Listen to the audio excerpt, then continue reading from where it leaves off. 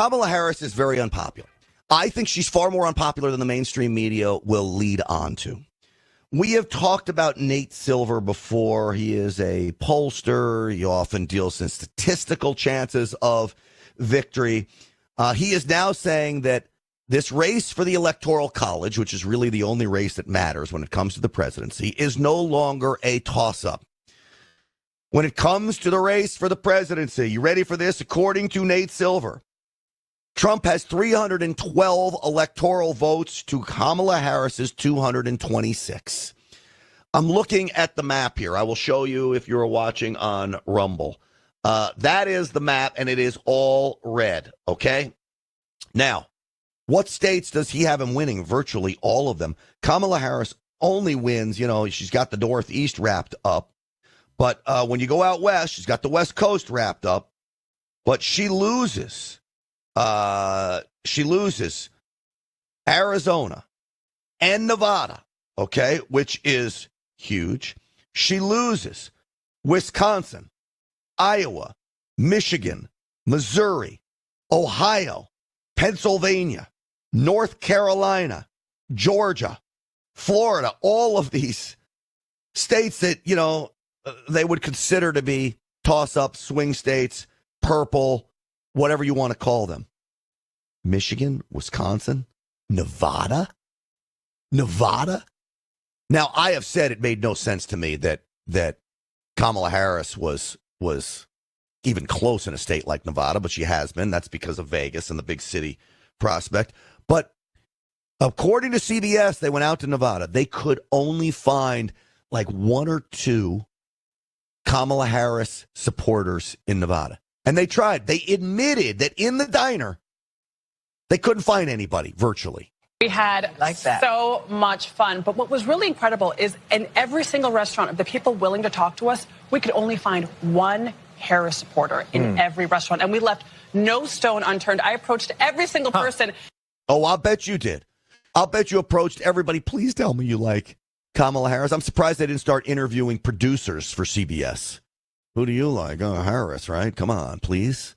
They can't find one Harris supporter. This is what I'm telling you, folks. Even when I'm in L.A., everywhere I go, I talk to people. Now, maybe I'm not hanging out with the right people, and the people I'm talking to mostly are Uber drivers. All right, when you're thinking about strangers, I don't just go up to strangers at a bar someplace and start talking to them, but Uber drivers, flight attendants, people at the counters. I can't find Harris supporters, even in this town. And I know they exist in Los Angeles. I know they exist clearly. I mean, obviously, the Republican can't win in this state, even though God bless Jen, that Jen Horn, she still believes that they can. They can't. And it's just a sad reality. But I hope one day they can. And we'll keep fighting to make sure it happens. But still, anecdotally, everywhere I go, I don't find Harris supporters. Maybe they're afraid to admit they're one. So this is more of CBS's segment on the diner where they can't find anybody. What issue is most important to you? I'm extremely concerned about the border. Illegals, they gotta go. People are coming here seeking asylum. So notice this. What's your most important issue? Illegals. Well, that wasn't supposed to be a big Democrat talking point. It is now. Baloney. They're coming here for the freebies. When people talk about immigration, they're thinking we're saying we don't want immigrants of any kind, and that's not what people are saying. People are saying that there are people who have come here legally.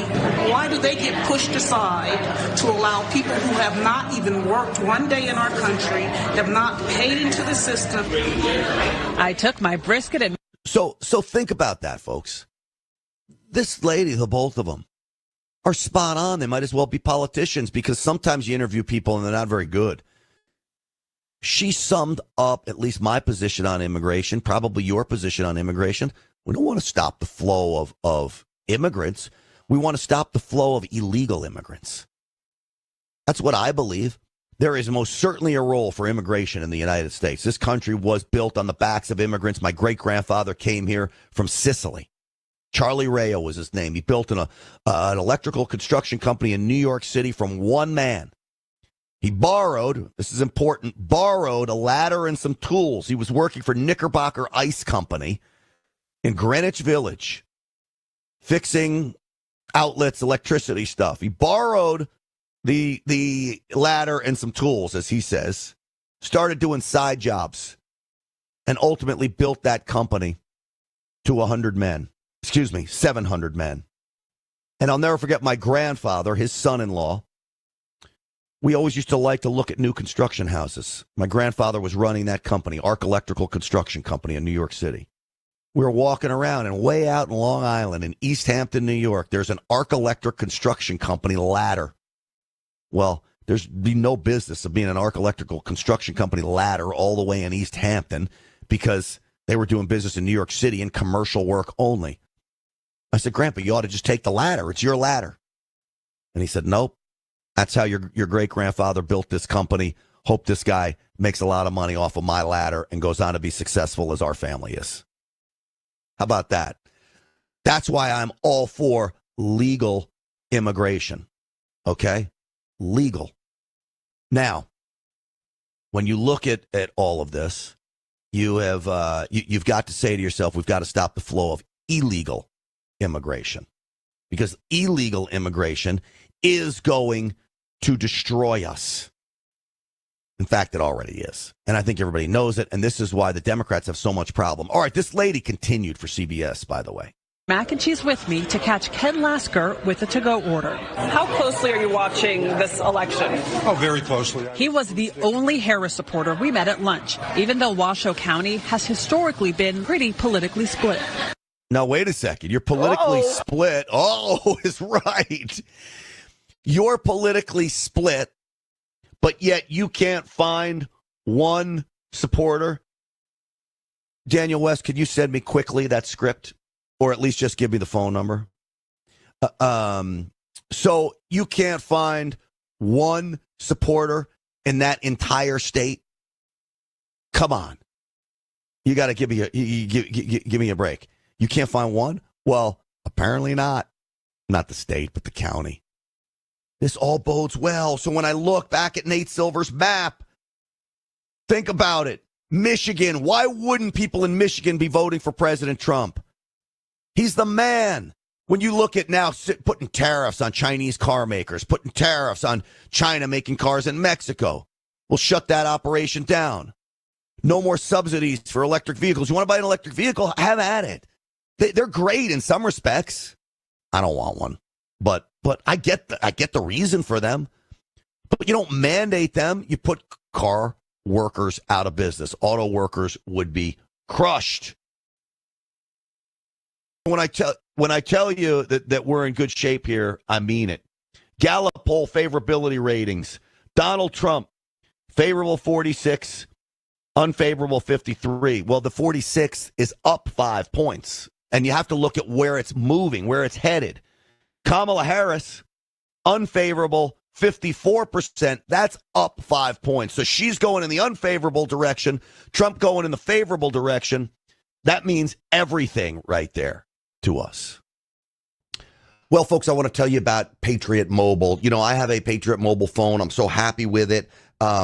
Patriot Mobile is all about supporting the programs, causes, charities that believe in the things we believe in. Why would you be giving money to the big three woke cell phone companies that literally practice DEI policies inside their corporate structure? They literally fund places like Planned Parenthood, when you could be with Patriot Mobile that's supporting our veterans, that's protecting our gun rights, that is literally taking the fight when it comes to free speech to the left, putting "In God We Trust" signs in schools. And for this, the media comes after them so hard.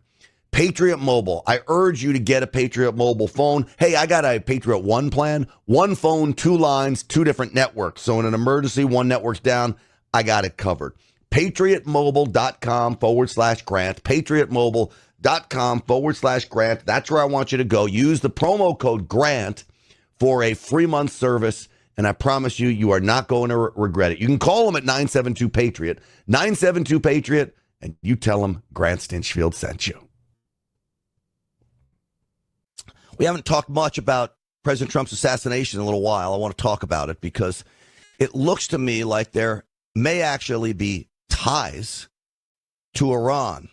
Now, we know that Iran had offered up an assassination plot against President Trump that was apparently thwarted by the feds. At least we were told it was thwarted by the feds.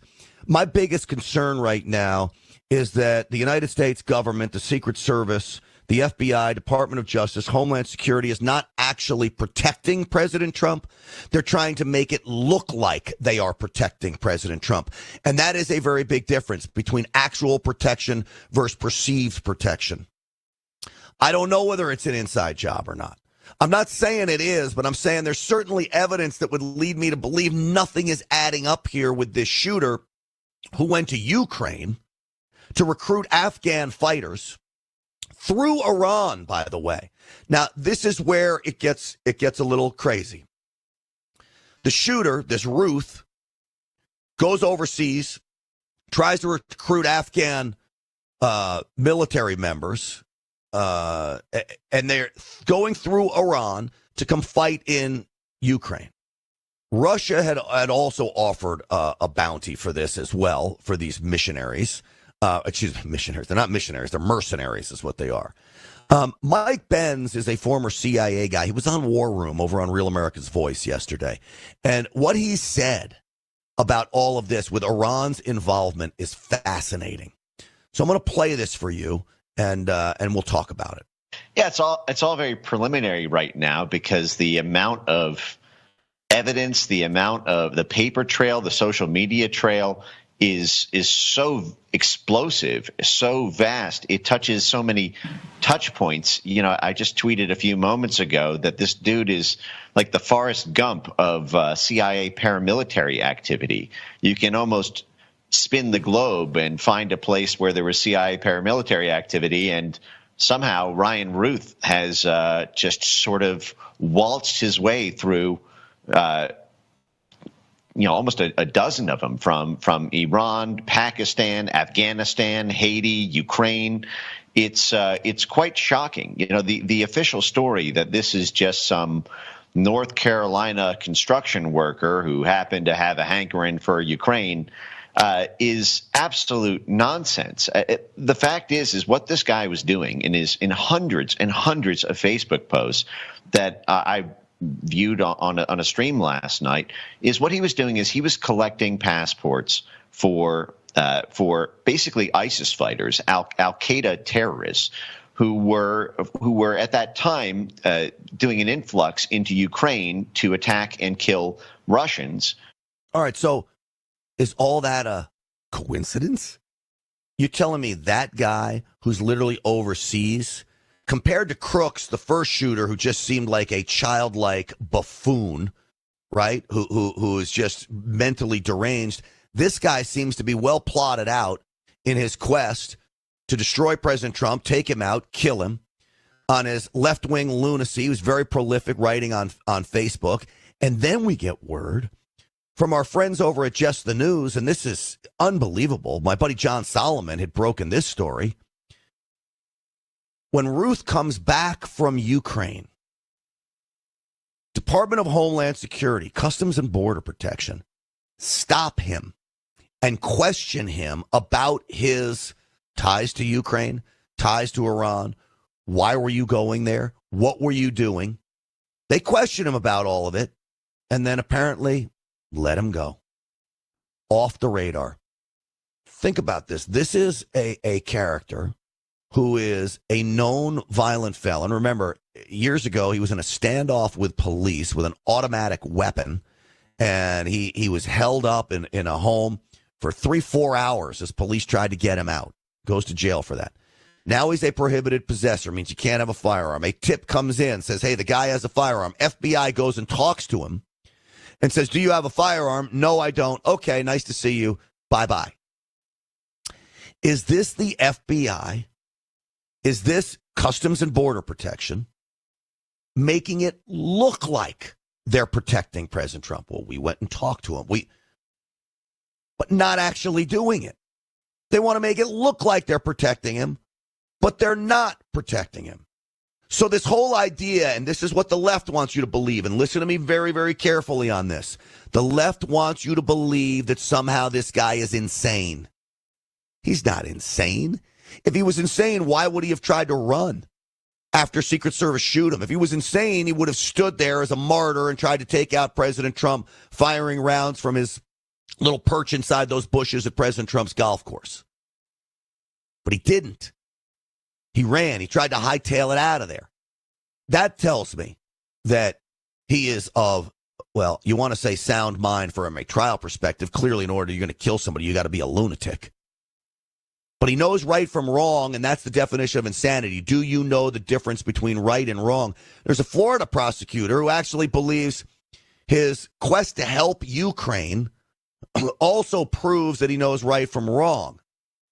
Now, I would agree that Ukraine has a right to push Russia back from invading their country.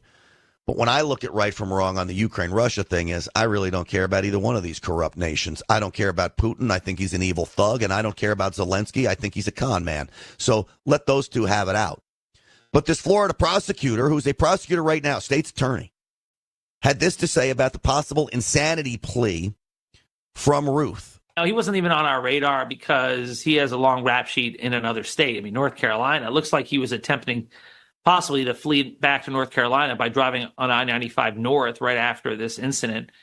But the fact that he was laughing and joking with his criminal defense lawyer, yeah, I think that is consistent with the type of personality we've seen in his profile, someone who's perhaps a bit manic, perhaps a bit extreme in many ways. Like when he sets a goal for himself, he just turns it up to 11.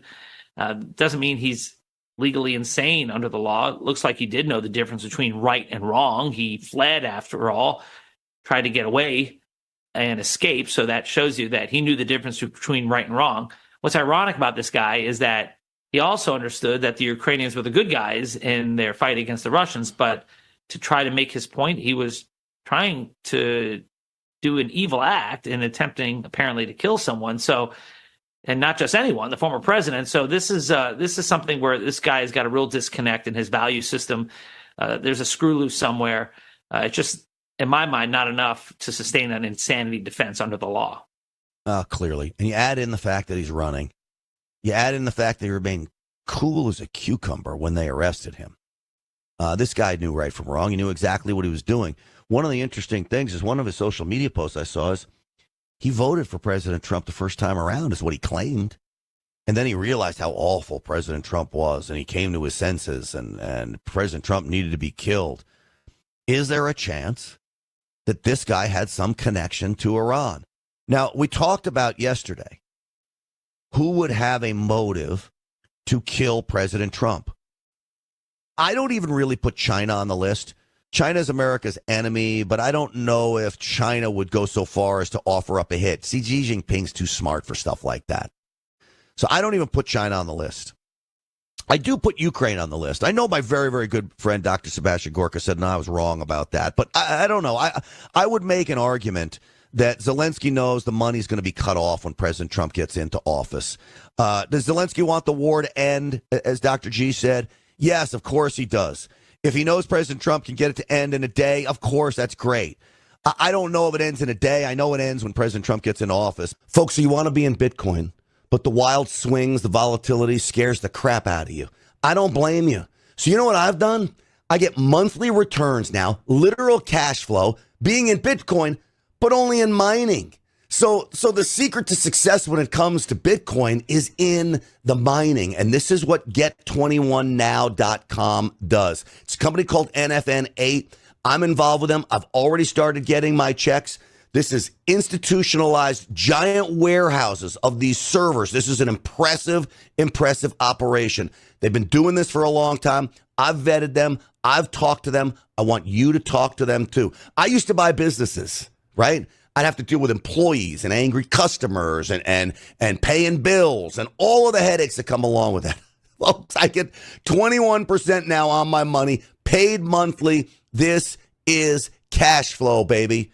And look, NASDAQ is already trading Bitcoin as a commodity. This is real stuff. The future is now. Get21now.com. You want to have cash flow, monthly payments. Talk to these guys, all right? Talk to them. They've promised stuff to me, and they have lived up to every promise they have made to me. Get21now.com. Get21now.com. Pay them a visit today and tell them Grant Stinchfield sent you. This assassination attempt, again, I had a gentleman by the name of Gary Byrne on the TV program last night. Gary Byrne wrote the book Secrets of the Secret Service.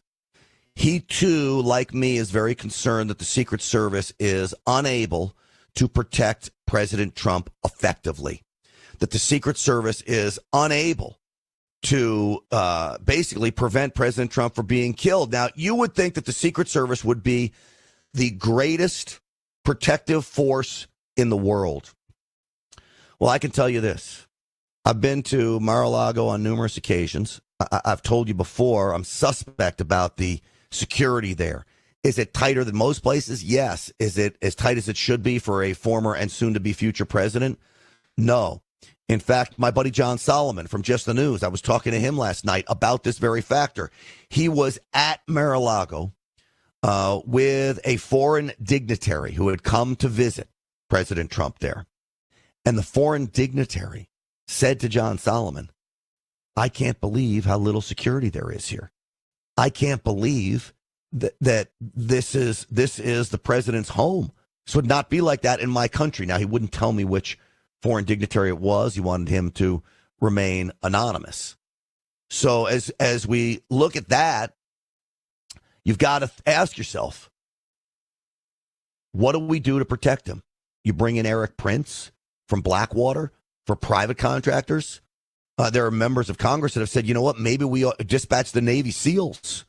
And the Navy SEALs go down and protect President Trump. Because when you look at the golf course, surrounding that golf course, right, you don't have patrols. You had him camped out there for 12 hours, a black Nissan parked on the side of the road. Nobody thought to say, what is this car doing here? That is unacceptable. Is the Secret Service agent, the advance team that spotted the shooter, is he a hero for stopping this assassination attempt? You better believe he's a hero. He's a 100% hero. But the reality is that there should have been more. And by the way, one in the advance team, one person going up to the next hole. Are you kidding me? After President Trump already had an assassination attempt against him? What is going on? Again, the Secret Service is trying to make it look like they're protecting him when they are not. This is President Trump. Well, there's a lot of rhetoric going on. Right. A lot of people think that the Democrats, when they talk about threat to democracy and all of this, and it seems that both of these people were radical lefts. Yes, they were. And they were on the radar, by the way. They were on the radar, and they missed it.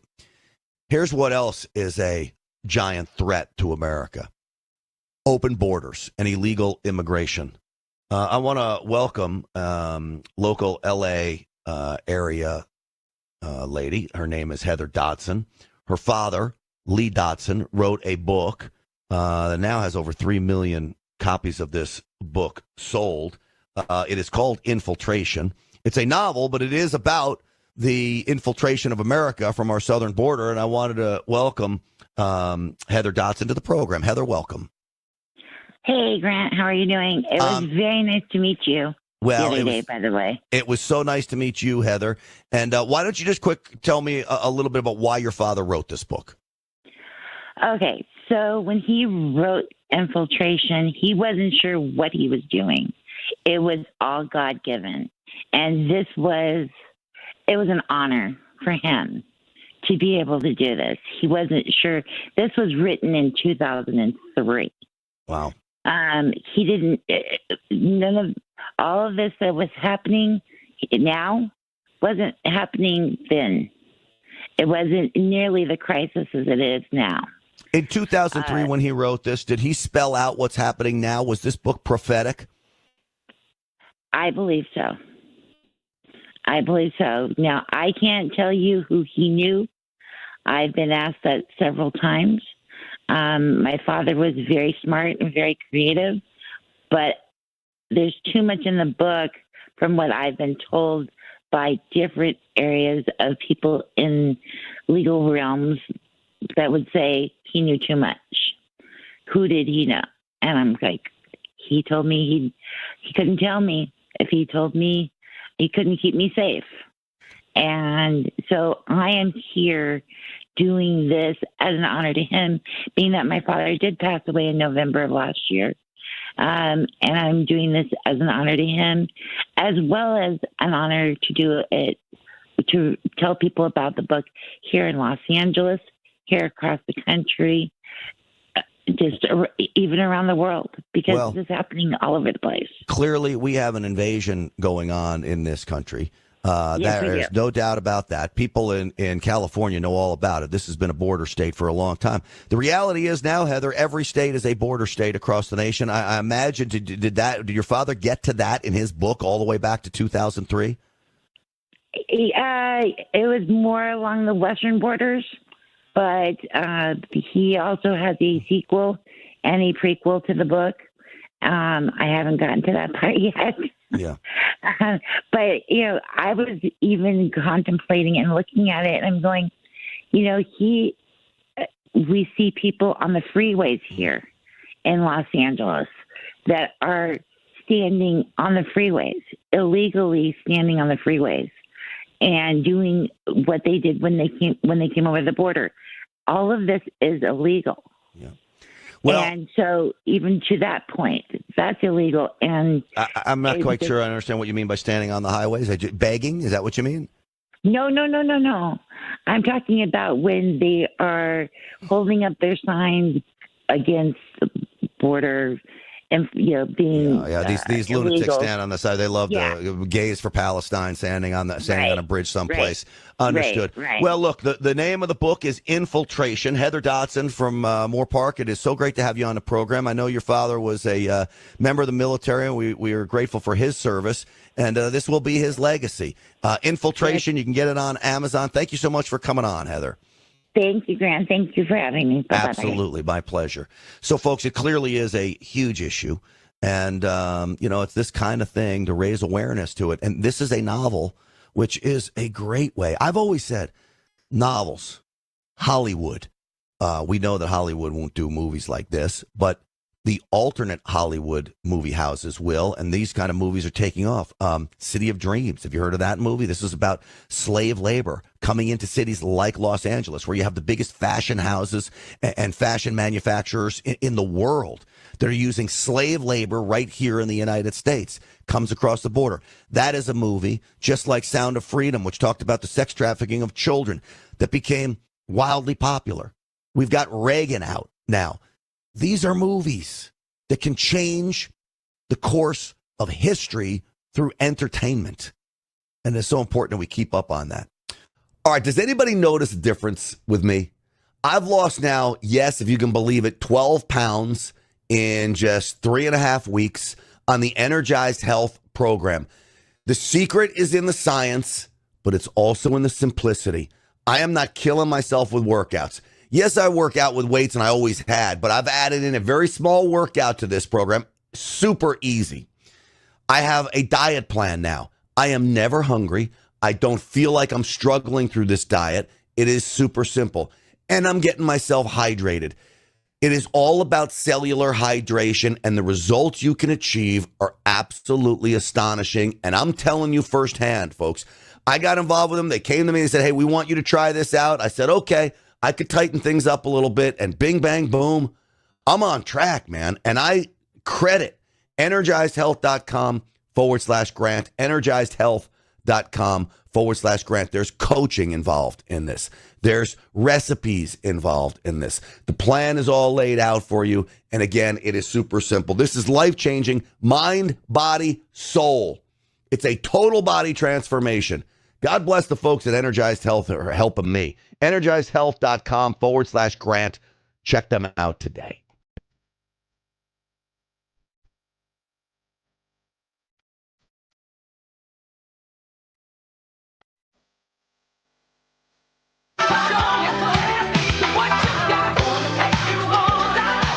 The Morning Answer with Jennifer Horn and Grant Stinchfield. I want everybody to go home. We don't got no home. Okay. That's why we're here. It's The Morning Answer. Welcome, everybody. Grant Stinchfield here. Jen Horn has the morning off. So Kamala Harris is not doing a very good job on the campaign trail when she gets put one-on-one. She had this Philadelphia interview, you may remember, with a guy who it turns out to be a plant. Thanks to our own Josh Jacobs, a very popular guy, had exposed this Philadelphia news anchor as the go-to guy for the Obamas, Clintons, and now Harris's as a softball thrower. All right, so she goes there. She gets criticized, of course, by Republicans. But did you know she got criticized by Charlemagne the God? Now, Charlemagne the God, the Breakfast Club, he is a very strong voice in the black community on national radio. I mean, a very strong voice. This guy has pull. I believe President Trump should go on with Charlemagne the God.